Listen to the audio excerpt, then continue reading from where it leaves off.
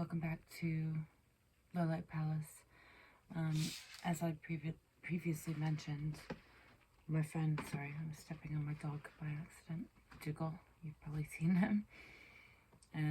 I had mentioned that my friend Chris was unwell, and yeah, he passed a couple days ago, so yeah, it's kind of like a mental health kind of just update. Anybody going through losing somebody, you think you can mentally prepare for it, and you do your best, you know, memento mori and all that sort of thing with the Stoics, where it's like kind of remember we're all going to die. And even though I think that I do a decent job with that, it doesn't hit me until later. So I think even though I haven't been feeling really well at all, like with my mental health, but I have a feeling I'm gonna feel like a bit worse later. Just kind of, it's almost like the reality doesn't set in for later. I don't know. It's like it's not real yet. Maybe it's a disassociative issue that I have. I'm not sure. And I've still been having this sort of what I would say, you know, lack of grace with some of the people around me, and maybe that's me taking things personally. I'm not quite sure, or being like oversensitive or hypervigilant or whatever. And I know I'm saying way too many therapy speak stuff, and I haven't even gotten back with a therapist. I feel like I'm failing on the basics, like even just the basics. But the thing I remind myself is like, well, I have been worse, and I've been way better. So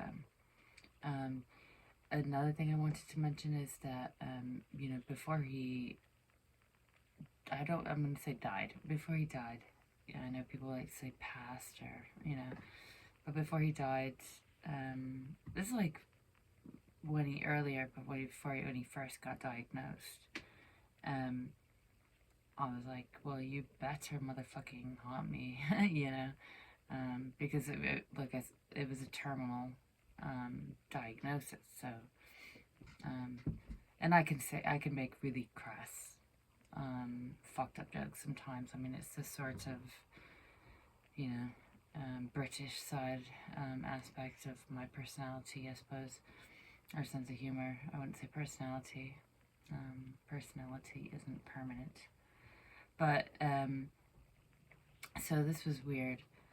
So it just, for the last couple days, I have like a game on top of my wardrobe.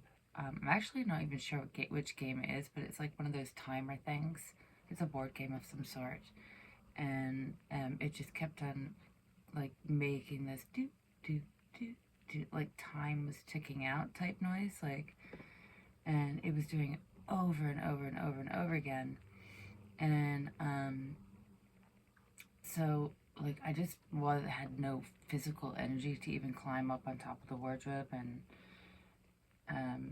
like see what was going on. I just kept on hearing it, and it would go over. It just started like once he passed, so I knew it was him communicating. I still haven't even like figured out exactly what he's trying to communicate. I haven't had the energy to go there, and I think it's very important when you do energy work that you're in a good headspace to do it, because you don't want to invite unnecessary or unwanted beings, entities, whatever you want to call them, like into your realm, especially when your energy is lower than usual, which mine has been. So so I haven't delved into it. Which I kind of feel guilty about, which I'm trying to just be like, give myself the time and the space. to do it. I don't know if you can hear Dougal snoring. But anyways, the funny thing is, so I went up and like finally was like, let's see what's going on up there. So I had to climb up, and then the first thing that I grabbed was a Ouija board, my Ouija board, which I really use with caution. You know, as a child, I used it a lot.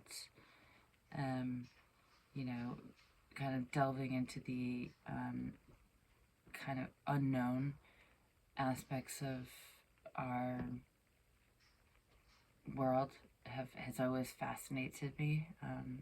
It doesn't scare me, the quote unquote unknown. It excites me. It excites me.